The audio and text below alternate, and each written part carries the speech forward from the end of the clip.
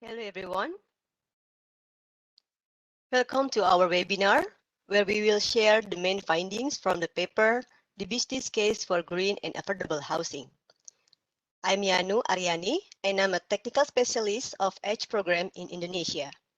It is a pleasure to welcome you all today. I will be joined today by Angelo Tan, and would you like to introduce yourself, Angelo? Thank you, Yanu. Hello, everyone. I'm Angelo Tan, country lead for EDGE program in the Philippines. It's my pleasure to be joining this webinar today, and thank you for attending.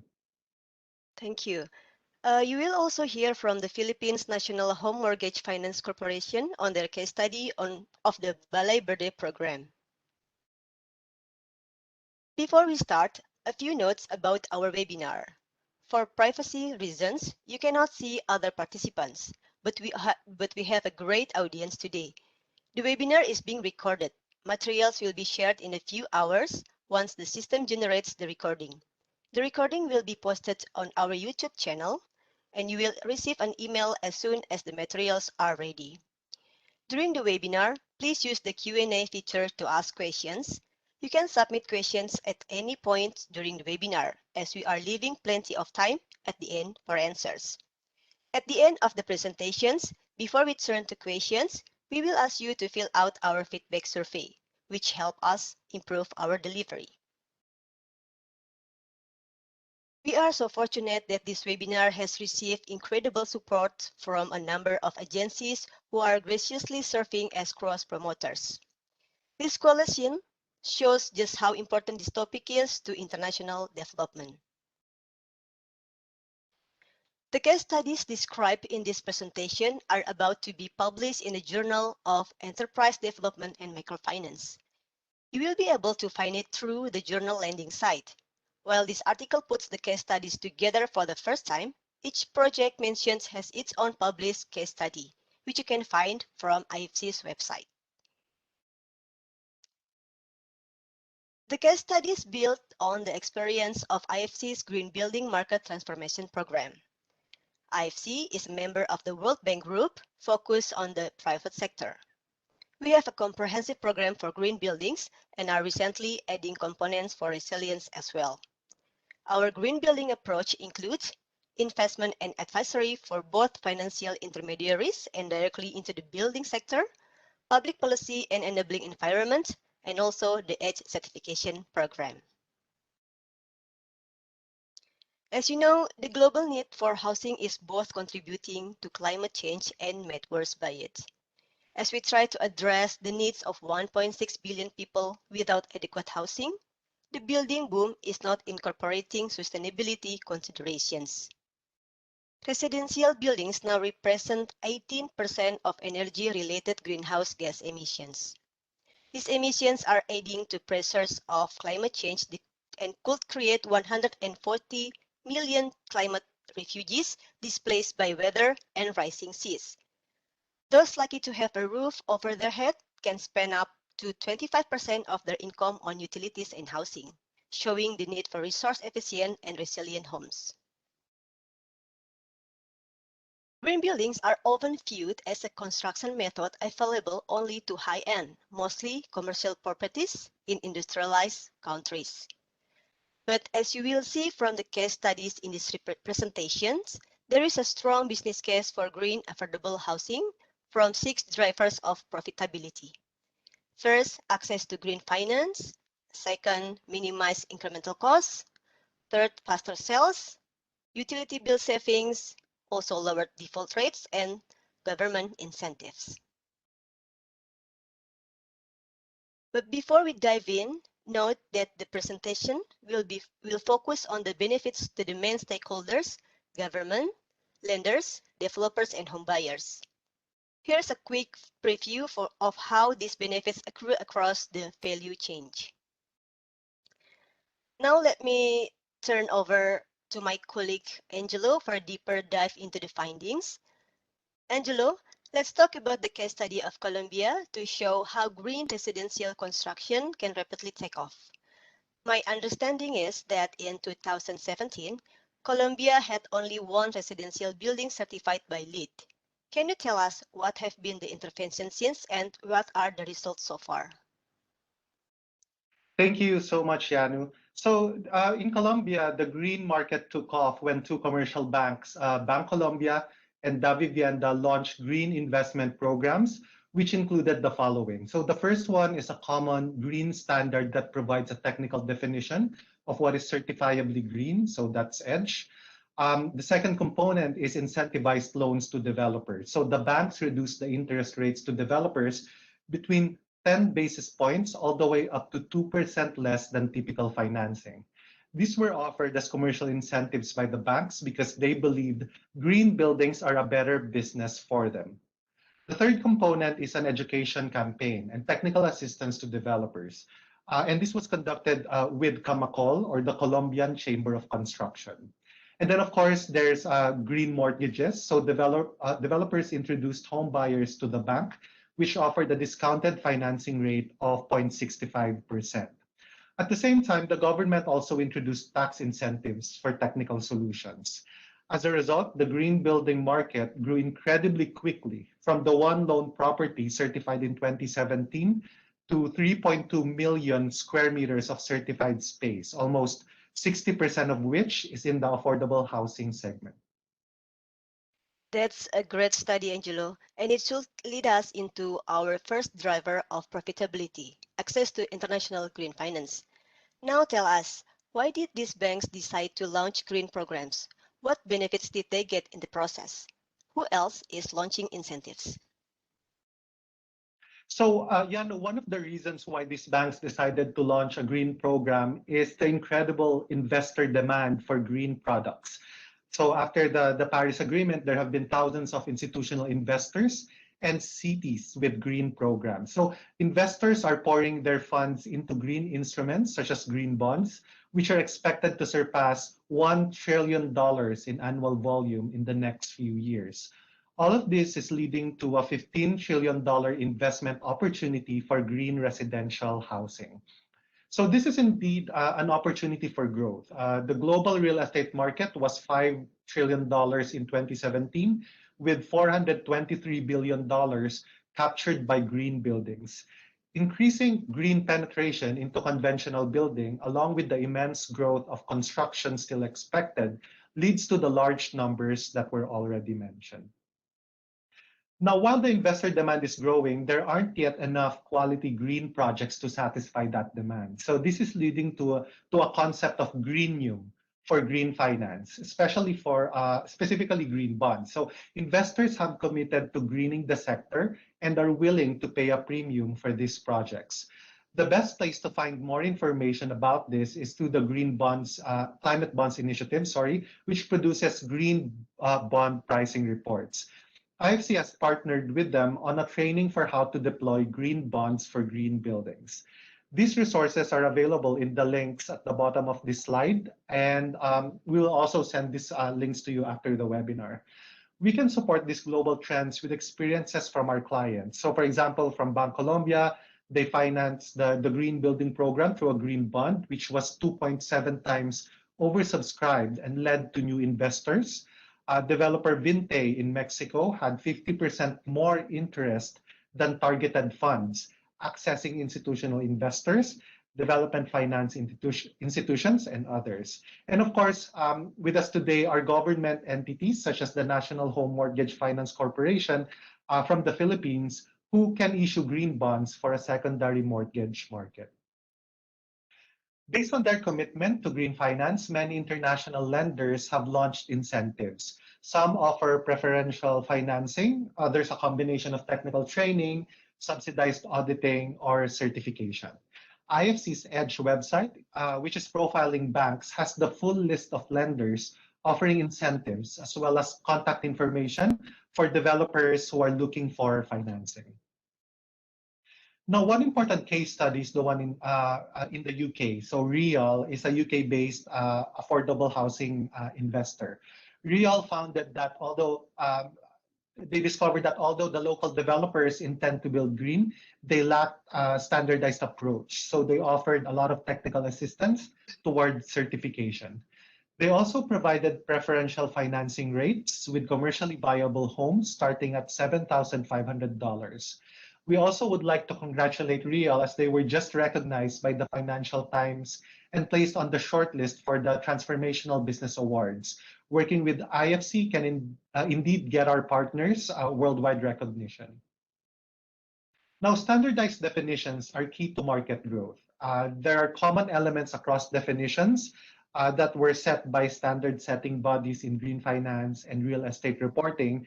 And these important technical criteria are first, they must be certified under an internationally recognized green certification standard. So something that's certifiably green. The second one is that these projects have to show at least 20% efficiency improvement in energy consumption over the local baseline. And then the third and also very important, these projects need to be able to quantitatively report impact metrics, such as on emissions, for example. So IFC shared this common definition in our green building paper in 2019, which you can find online. And we can also share a link to that report after the webinar. Great. Okay. I understand that why the banks are going green. So they are getting better financing by going green and they can pass it on to their investment clients. But why would the developers go green? Aren't the costs too high? So that's a great prompt, Yano, and something that's very important to talk about, especially for emerging markets. So the perception of high costs is one of the biggest barriers to green building uptake, especially for Southeast Asia. Developers often think that greening buildings, for example, will cost them 20 to 30% more, but in reality, it can be less than 1%. So IFC is collecting experience from developers from across the world. They tell us that they are keeping the cost down by incorporating passive design early into the planning process for these projects. IFC's free Edge tool helps developers understand their upfront costs and where to get the best returns for these sustainability interventions. So let me give you a quick case study of Vinte in Mexico, which illustrates how planning lowers costs, but going green helps with access to finance. So Vinte builds entire affordable communities that include hospitals, parks, and schools with homes that are selling for about $20,000. So Vinte financed its work through a green bond that was listed on the Mexican Stock Exchange. The bond had 50% more interest than the funding that was initially needed. And this demand from investors, which is much bigger than the supply, is what leads to price tightening and better finance. Now, we don't always know the exact financial situation of our partners, but one client in Africa, for example, shared that they lowered their interest rate by a whopping 1.5% by refinancing their loan as a green bond. Vinte also got international acclaim by landing on Fortune magazine's list of companies changing the world. So that's so great. To recap, so working with tools like Edge, developers can lower their incremental costs for green measures. But that's still some extra cost, right? No matter how small. How do they get the return on their investment? So the returns come from faster sales through market differentiation. So IFC has a marketing toolkit that helps developers gain competitive advantage. The templates for these are based on real life examples, which we've already implemented with existing clients. Sometimes government incentives can also help with quicker sales by increasing home buyers' ability to purchase these homes. So what happens is that this market differentiation leads to quicker sales cycles. This way, the developers can pay off their loans faster, and that ultimately lowers the cost of financing. So let me give you a specific case study. So in Vietnam, Capital House sold homes 20% faster than average, and this reduced their overall financing costs by 3%. A key factor was the expected 30% reduction in utility consumption, achieved with only a 1% increase in construction costs. To me, that's a real no-brainer. So Capital House partnered with IFC on a branding promotion, hosting an apartment showcase or a sales office like what you see on the screen with IFC logo. We have the logos from Edge and the World Bank Group. and the EDGE certificate displayed prominently, explaining to the home buyers the benefits of green housing. So IFC can help developers to replicate a similar event through our marketing toolkit. So these benefits sound great. But what assurance do buyers have that these predicted benefits will actually take place? So that's a very good question. So IFC is cognizant that the lack of data to prove that green buildings save on utility bills is one of the major obstacles to greater market adoption on green buildings. That's why we have a research and evidence program where we partner with clients to collect information. So for example, for International Housing Solutions or IHS, we tracked smart meter data in 3 of their rental properties in South Africa over the course of a year. There was even a control property for comparison built in a similar way but without the green features. So using this data, IHS was able to claim that lower utility bills can save the residents the equivalent of 1 month of rent on an annual basis. In a different project from South Africa, residents speak of how lower utility bills allow them to divert money to food and clothing or towards savings for an upgraded apartment, which is very meaningful for the affordable housing sector. In Haiti, the HOME program trained local developers to apply environmental standards and helped offset incremental costs. So homes selling for less than $20,000 were equipped with technologies such as solar panels, rainwater harvesting systems, reducing the utility consumption by over 40%. So this project was an early leader showing the possibility of green and affordable construction even in the poorest countries. In the Philippines, Imperial Homes uses the Conovate construction system, which boasts quicker construction times and resilience to earthquakes and severe weather phenomena. Selling for about $28,000 for one specific unit, as majority of the units have a PV, a solar PV system, which allows residents to sell electricity back to the grid. So the developer, because of these initiatives, has received great recognition from the press. So they were a finalist for the Financial Times Transformational Business Awards, along with other regional and national awards in the Philippines. The developer was also one of the founding signatories for the Building Resilience Commitment for the Philippines. So that's great. So we heard of the benefits to developers and ultimately homeowners. So let's come back to the banks and talk about the benefits to them. You talk about possibility of gaining a greater market share and accessing better financing. What are some of the other reasons banks would want to launch green mortgage, and how could they do that? So, of course, the role of banks is something that's very catalytic to the work that we're doing on green buildings. For banks, the utility savings offer a possibility for financial innovation because they can improve a borrower's risk profile. Buyers of green homes have a lower likelihood of defaulting on their mortgages, almost a third lower on average. Also, we need to emphasize that the degree of efficiency also matters.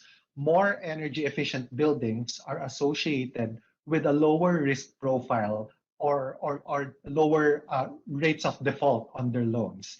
This is in part because homeowners can use utility savings towards their loan repayment. So let's see how this works in an actual practice. So let's start by looking at a conventional home with a conventional mortgage. So this base case has a 20% down payment and a 10-year, an 18% interest rate, and a 10-year term repayment. Fairly typical for emerging markets, though it can be, of course, recalculated for specific local conditions. So as we move through the scenarios, the bold figures will represent the main difference between that scenario and the base case conventional scenario here. So scenario one is a green home where the cost of construction is 1% more. So that's the incremental cost of greening the project. And the sales price, of course, is more expensive as a result. So the increase is 1% per feedback by our developer clients. However, the home has lower utility bills, which were based on the smart meter example from South Africa. In this scenario, even though the mortgage payment is bigger, the monthly utility savings exceed higher mortgage payments. the overall cost of ownership decreases the overall cost of home ownership by 6%. In scenario two, the green home costs more, but the developer has decided to sell it without any price premium. We saw from examples such as Vinte and Capital House that developers choose this path to accelerate the pace of sales, to remain more competitive in the market, and save on their own cost of financing. So this scenario reduces the total cost of ownership by 7% from the base case. Scenario three illustrates the impact of a lower down payment, which is a particularly strong incentive for low-income home buyers and can be enacted through government policies. So the case study here is for the government of Indonesia, which decreased the down payment from 20% to 15%. There was no change to the total cost of ownership, but the lower down payment increased access to finance for many low-income home buyers who can now buy a home for less money.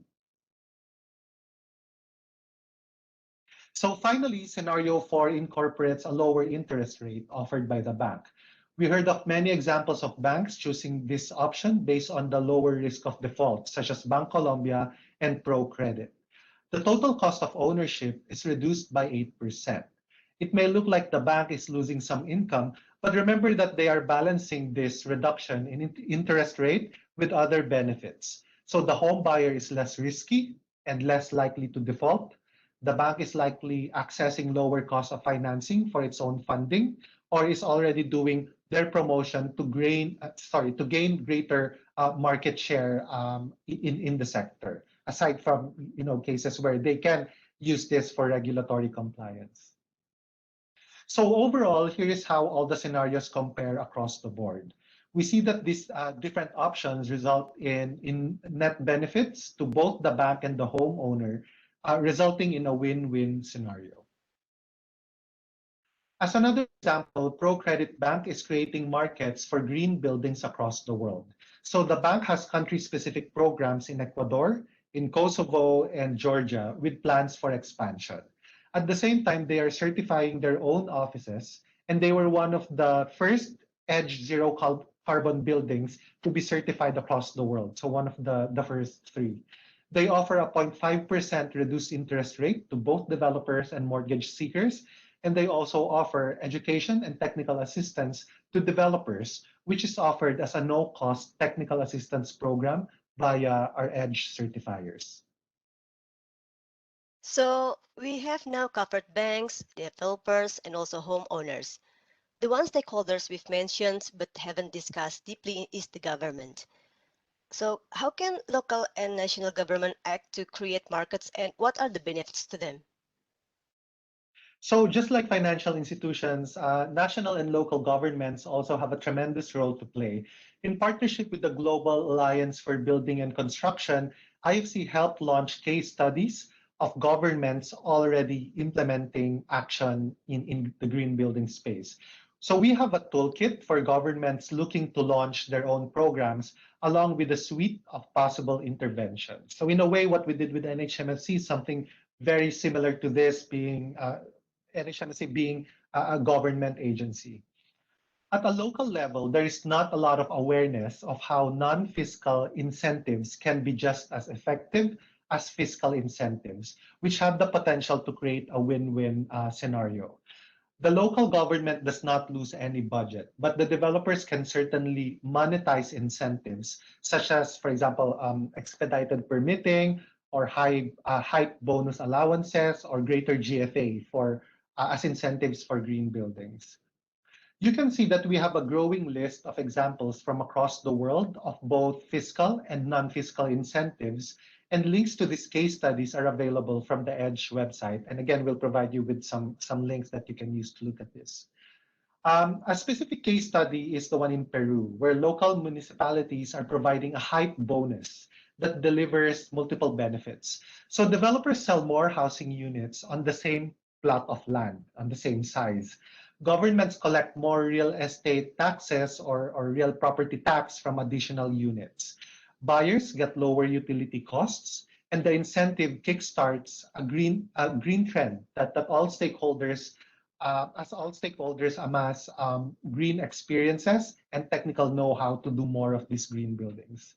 In the municipality, over 1,000 units have been certified, saving $387,000 in utility costs for the residences. The government incentive created a trend with other municipalities asking IFC to help them implement a similar incentive, so it's already being replicated.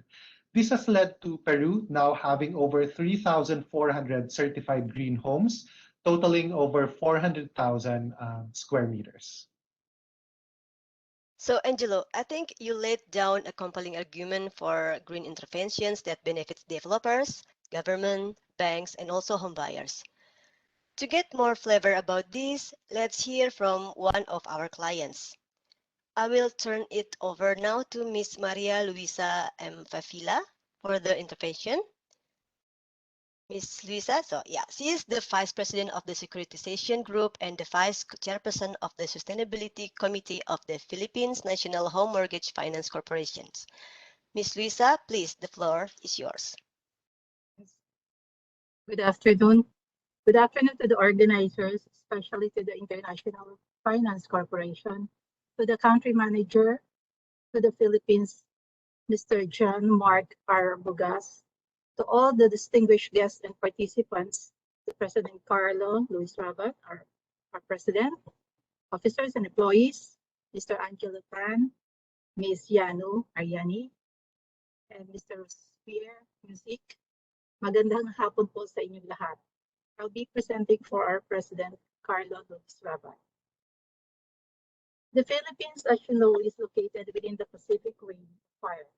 Natural calamities, such as typhoons, happen all year round, while earthquakes and volcanic eruptions are also happening more frequently.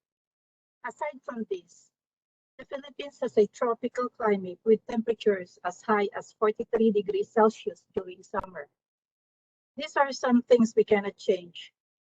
These are the things that we need innovations for the benefit of Filipino families today and in the future.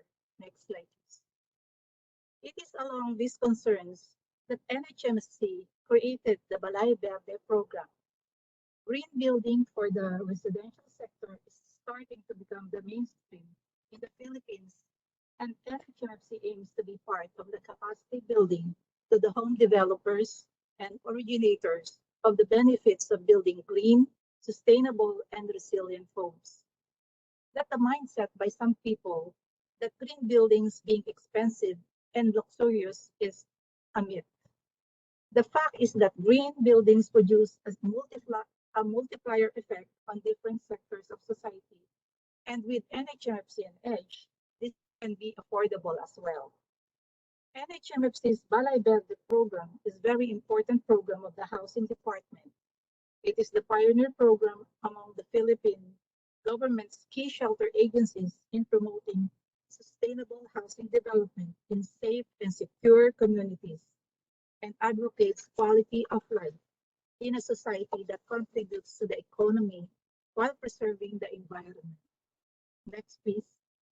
With this, developers and originators of green building projects are tapping us to provide them with liquidity by purchasing their green mortgage receivables. In turn, they can immediately build more green projects, while the said receivables will be pooled by NHMFC to structure the country's first green residential mortgage-backed securities. With NHMFC's commitment to strengthen a sustainable housing finance market and avoid greenwashing of its program, it requires EDGE certification or the excellence in design for greater efficiencies to all housing projects whose mortgage receivables will be purchased through the Balay Verde program. Next, please. EDGE is a green building standard and certification system that makes it easy and inexpensive to design and certify resource efficient and zero carbon structures designed to make the construction of green buildings more inclusive for emerging market developers. Its free software helps them identify the most cost-effective sustainability measures. This reduces energy, water, and material use which also lowers utility bills for owners and tenants. This program upholds that NHFC continues to develop relevant programs to serve the housing sector and develop the secondary mortgage market. Next slide, please. This time, with the Balay Verde program, NHFC has aligned its business strategy to be consistent with and contribute to the United Nations Sustainable Development Goals, the Paris Climate Agreement, the Philippines National Determined Contribution or the NDC framework, and the Ambition Natin 2040 vision. Thank you. Thank you. Thank you so much to our guest speaker, Ms. Luisa, for that wonderful presentation, which illustrated just how this concept work in practice. So let me go back to Angelo now for concluding remarks. Angelo, I think you laid down a compelling argument for green interventions that benefits developers, government, banks, and also homebuyers. In your conclusion, can you tell us global results of this program and tools that IFC may have available for those who want to explore these options? So, this presentation and the journal article that we are launching collates some of the growing numbers of data points showing that green and affordable housing construction can be profitable. But we do believe that in countries from the case studies mentioned, a fundamental market transformation is already underway. IFC has helped its partners and clients certify almost 10 million square meters of residential space, over 60% of which are in the affordable housing segment. So that represents 80,000 families that can now enjoy lower utility bills. We are confident that we can replicate these results in other countries, and we invite you to work with us. IFC has free tools that you can utilize to join the green revolution. So you've heard a lot about EDGE Green Building Certification, which provides a process for greening the affordable housing segment. We also have the Building Resilience Index, which looks at resilience to climate and seismic disasters. So where EDGE is for green buildings, Building Resilience Index is for resilient buildings. So EDGE is for climate change mitigation. Then we have Building Resilience Index for climate change adaptation. And it's now being piloted in the Philippines, and it will see a global rollout starting with the Caribbean islands, the Pacific islands, and other countries coming soon. Now, we also have the APEX tool, which helps with planning on the city level. So APEX is also quite a novel tool. It's for sustainable practices for city development. So each of these tools is accompanied with education and case studies, which you can use as proof of concept for your projects. So I'll stop there. Yanu, turning over to you to wrap up and maybe and also to help us with the Q&A as well. Thank you so much. Okay, but before we end today, we must thank our donors without whose help this work will not be possible and who are allowing us to have free resources available to you. Thank you so much for your presentation today and to all of you for listening. Before we turn to questions, let me remind you that the webinar is being recorded and we will share the materials in a few hours once the system generates the recording. Please use the Q&A feature to ask any questions, and don't forget to fill out our survey. Once you close out the webinar, the program will take you to the survey site. So let's now turn to question and answer. I'll read it to you. We have 4 questions so far. So let me read the first one. So this is coming from the Sanjoy Banerjee. How do you handle implementation of the Green Initiative for beneficiary-led construction in coastal areas, more so the rural areas? The need for affordable, strong, and hygienic housing is the most in the rural areas and work with subsidies. In India, electricity is often not continuous and sporadic, so the need is primarily electricity and then comes green electricity. So Angela, can you answer to this question? Yeah. Thank you, Yanni, and thank you for that question, Sanjay. You know, I would think that for cases like affordable housing communities in coastal areas, that the approach would be very similar. It also requires us to work across the real estate ecosystem, looking at what government incentives we can formulate, looking at financial institutions and what support we can get from them. And also, of course, technical assistance. We've mentioned that one of the key barriers is really lack of the technical know-how. So we need to come in and provide that for local developers and also for self-built homes even. We do have a counterpart in India, and they are doing a pilot on even the ultra low cost housing projects. So it is possible that we can collaborate in that area. So let us know, Sanjay, if there's a specific area that you'd like to work on, and we can introduce you to our India counterparts. Okay, that's great. So we have to the second question here from still from Sanjoy. So if you convert the US to 28,000 to INR 21 lakhs approximately, I think this is talking about your project in Imperial Housing. Does it include the cost of land? So that's the selling price already for the projects. So it's not the project cost. Project cost would include the hard cost, the soft cost, and the cost of land. So that's for one of the units that were sold under that.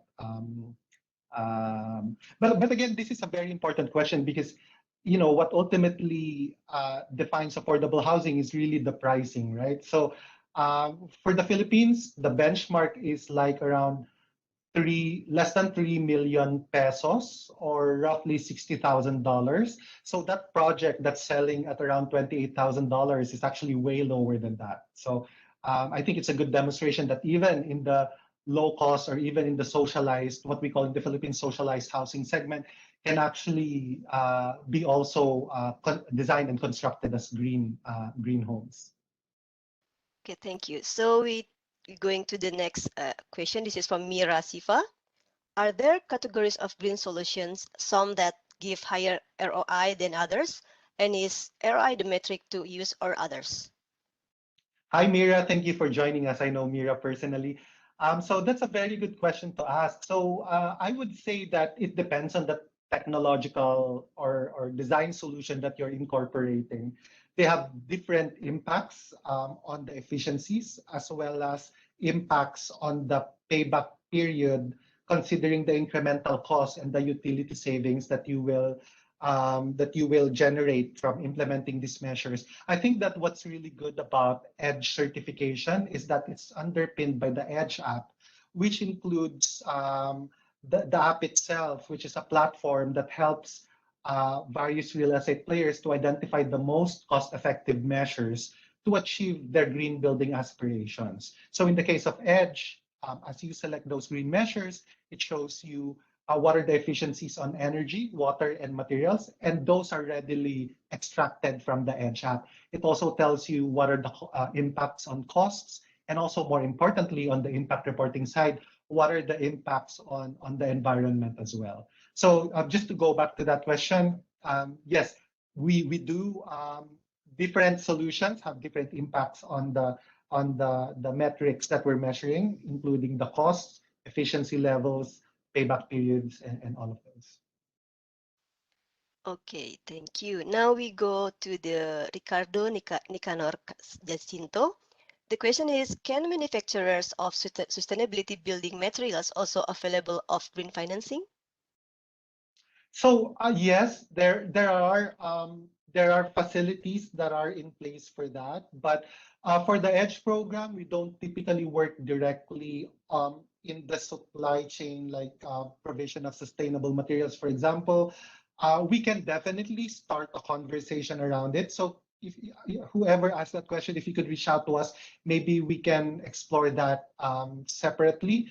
But I think that once these products are recognized in terms of their efficiencies and how they can help projects achieve the EDGE standard, for example, then maybe these green building standards can help increase the uptake of your materials in the industry. So maybe that's one way that we can collaborate. That's great. So we still have 10 more questions. So now from Sam Charles. Hi all, it's such an insightful presentation. The case on Bank Colombia and ProCredit was focusing on the mortgage and lending to the home buyers. Have IFC emphasized from lenders' point of view, like what Credit Suisse offers green property question still? Sorry, the last part. Can you repeat the last I part think of that's the question? it's like what Credit Suisse offers. Green property question seal. I think this is one of the example in that area. So can you tell me the emphasis from lenders from point of view? Yes. So yeah, let me just go back to that. Your slide in. Hold on.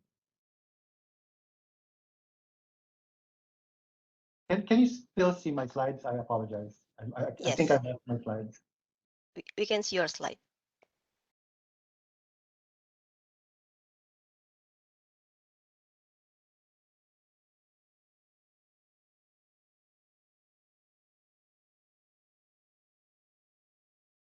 So I can I cannot find where it is. But anyway, yes, that's something that we can also work on. We there's a lot of cross-selling opportunity when we work on green finance products. So on the one hand, we can work directly with real estate developers by investing into those developers so that they can create more green products, and that can go in the form of a green bond or a green construction loan, or we can also do it through the financial institutions. So we can also invest in financial institutions who can then create products around green construction loans or green mortgage products or even RSFs or other similar products that can help incentivize green housing development.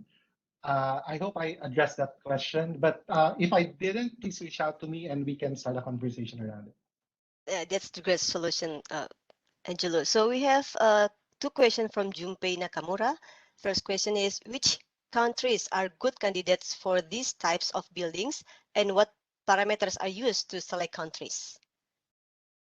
Yes. So of course, a lot of the focus, being part of the World Bank Group is of course in developing countries. In particular for Asia, of course, we look at countries like the Philippines, Indonesia, Vietnam, and of course, again, the focus, we look at several criteria and we do have a more structured way of approaching this, but we don't really have any restrictions as long as we see that there's a sizable um, potential Yeah. for greening the affordable housing Angelo, sector.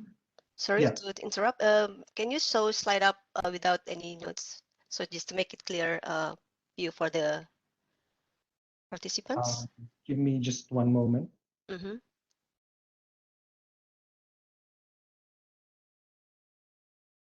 So is this Thank you. okay?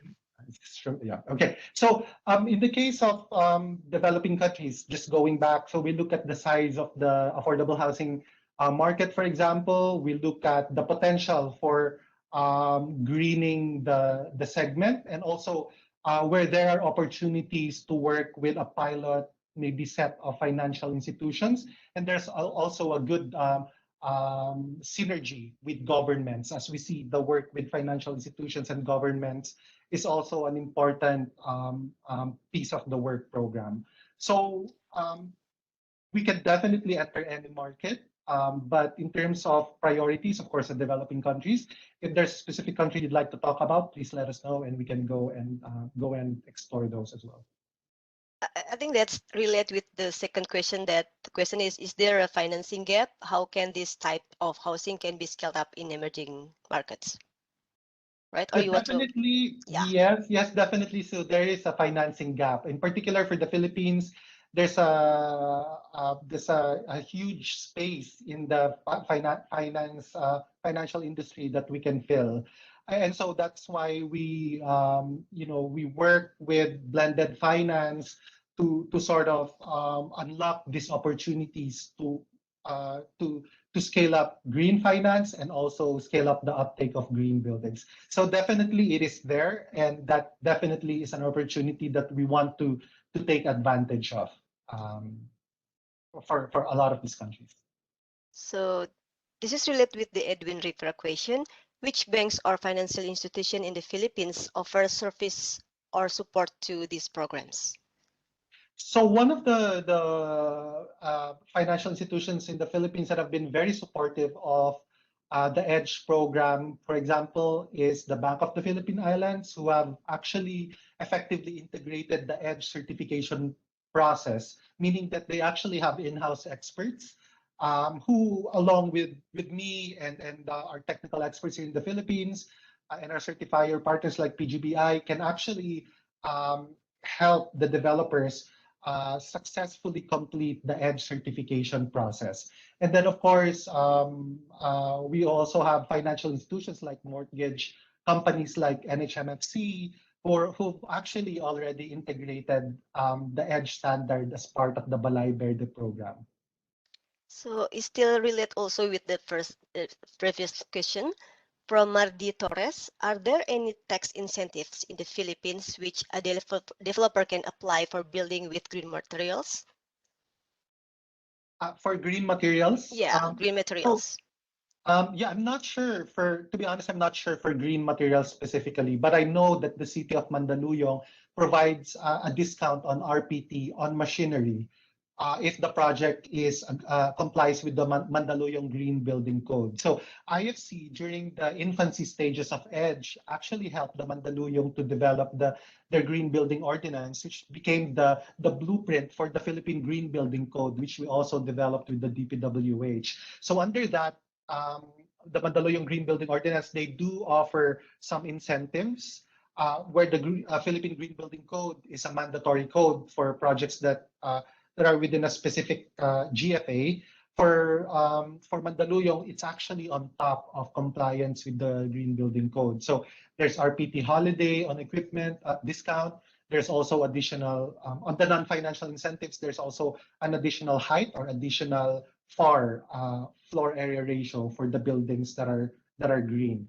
We are working, trying to work with other local governments. So to whoever asked that question, if you would like to make any referrals so that we can introduce the government toolkit for incentives. So that's something where we can actually come in and train the governments to effectively incorporate these incentives into their policies. We can actually come in through that kind of advisory work. So let us know.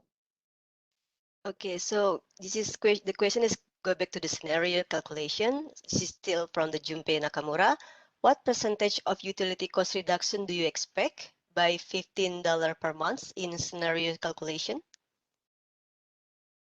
So typical utility savings in the affordable housing segment ranges from as small as 10% to even up to 40% for Utility. these types of projects. So Mhm. it depends. We have more aggressive developers like Imperial Homes Corporation who actually put in solar panels, and we've seen some case studies where their home buyers are actually able to save up to 60 to 70% of their utility bills. Again, it depends on what measures are implemented on the projects. Okay, this we have a good question here from Sanjay Banerjee.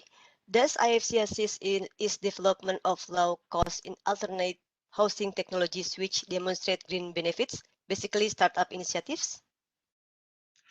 Yes, so startup incentives. Yeah, we can look into it as a separate discussion. It's something that we can explore.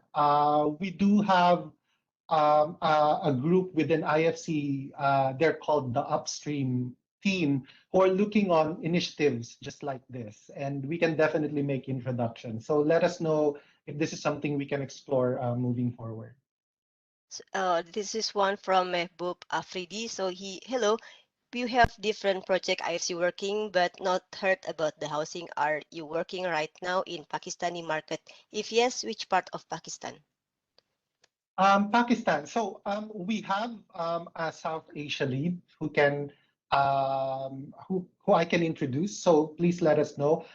We're not the ones handling those projects, but I'm not. Oh, are you aware of any pilots in Pakistan, Yanu? Um, Not from, maybe we can There, hear from Autif. Yeah. yeah, we can clarify with Otif is the South Asia lead.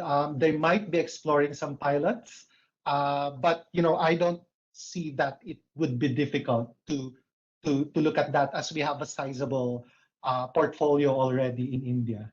Um, Yeah. Okay, so this is a question from the Cambodia. So Farid Futi.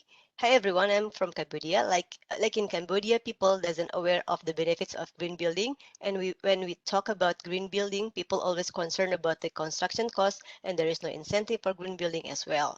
So in this case, how can we promote or implement the green building like Edge in this market in Cambodia? Yes, thank you. That's a very good question. And Mhm. again, it underlines what we discussed earlier in the presentation about how all over Asia, actually, the biggest barrier is still the perception that green buildings are expensive, that green buildings are just for high-end projects like offices in metro areas, and that that they don't have the technical know-how to do green buildings, and also that there's a lack of incentives, and that's something that we do recognize. So but I do think that there's a huge opportunity for Cambodia. For a lot of the Southeast Asian countries, like the ASEAN, there's you can draw a lot of parallels, and I see how Cambodia could also be a good area where we can expand the work we're doing on Edge. So I think we can start a conversation on that separately, and would be happy to talk to you how we can do that moving forward. That's great. So next question is coming from Sasikan Chopde. So thank you, Angelo. Can you please provide similar insight IFC might have gained by promoting greening public housing programs? Yes, so as we say in the Edge team, anything that has four walls and the roof, we can certify with Edge. So even government buildings, we can work on those projects as well. Even public housing projects. We do have a lot of case studies for that. For example, we have one in South Africa, which has seen a lot of success. It's on the, I think I showed that examples by IHS. So it's one of the socialized housing projects. And of course, we can also do government buildings. I think that where segment like that doesn't yet exist in a country, it's important to work closely with governments and also, for example, foundations like shout out to Habitat for Humanity, who has a very Mira, who has a very close relationship with the governments. We can actually do some pilots. I think that one of the reasons also why it's quite hard to enter that the lower market segments is because there's a lack of demonstration projects. But like with Habitat, for example, and with Aga Khan, we are discussing to do pilots on this sector. Definitely something that we want to do. So if you have a specific project in mind, please get in touch with us and we'll work on that specific project. Okay. Next question is asking about who makes a case to local banks to provide green loans for green buildings. This is coming from Mahindra Gorochum. So there are many ways of doing that, and we've seen success across the developing world on working with the financial institutions. We can, so we have the Financial Institutions Group within the International Finance Corporation, who work directly with the banks and with the World Bank Group's Climate Change Action Plan, which was released a couple of months ago.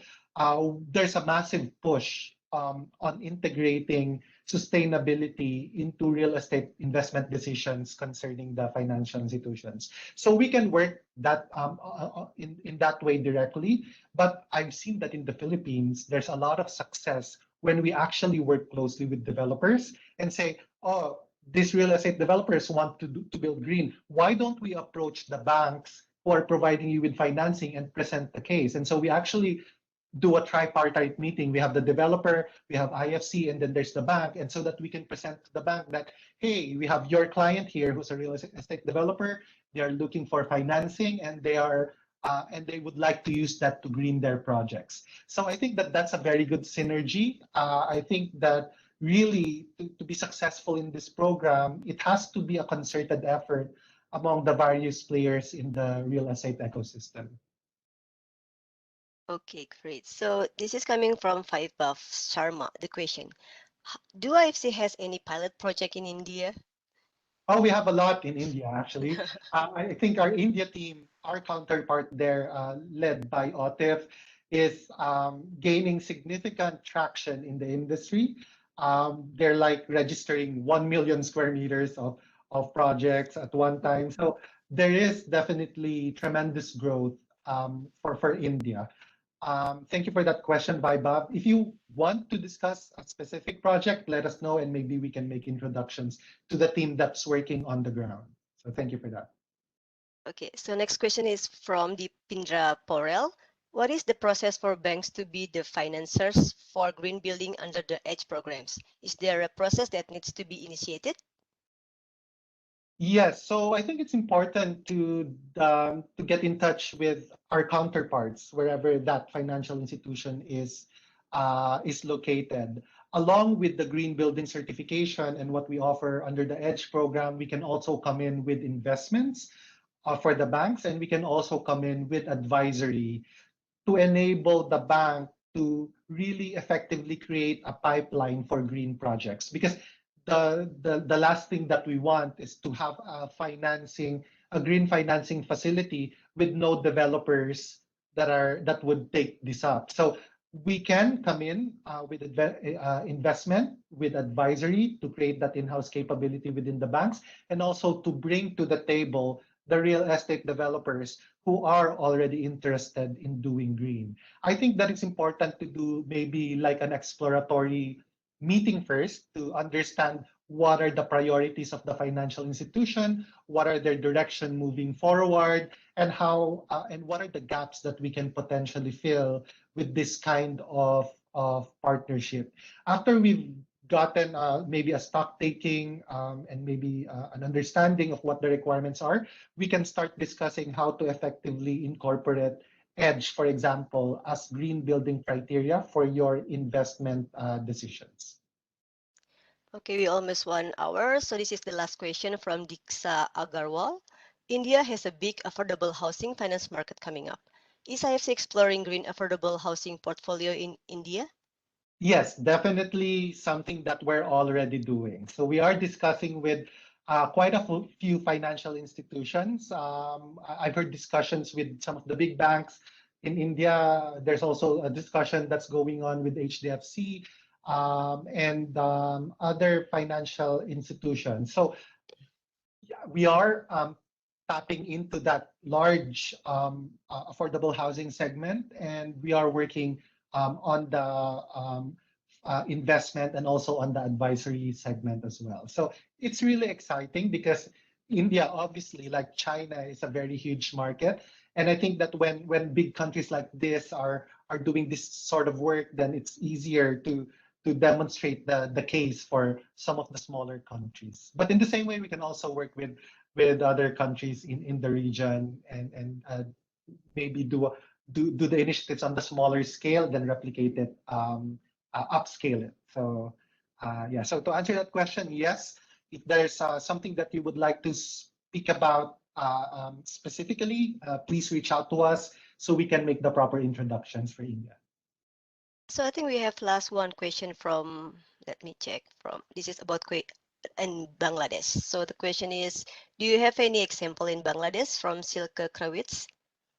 I mean, does Edge have examples in Bangladesh? I think we have. If you, maybe I'll help you to answer this.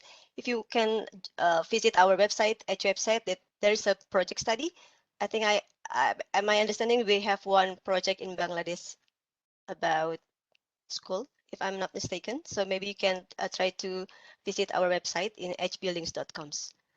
So this is great. I mean, like the time is almost in, Angelo, and we already cover all the questions, and I think so. Let me check. So we still have some of the question that give to me directly. So I will follow up this after the session by email. So I think we can wrap up, Angelo, because we already cover up all the questions. Yes, thank Now, you so much. yeah. Now we are in the end of our session today. So I would like to thank you so much for Angelo and Miss Luisa for the presentation today. And also I would like to thank you so much for all of you for listening and for the questions. And I will stop now, and thank you everyone. Thank you.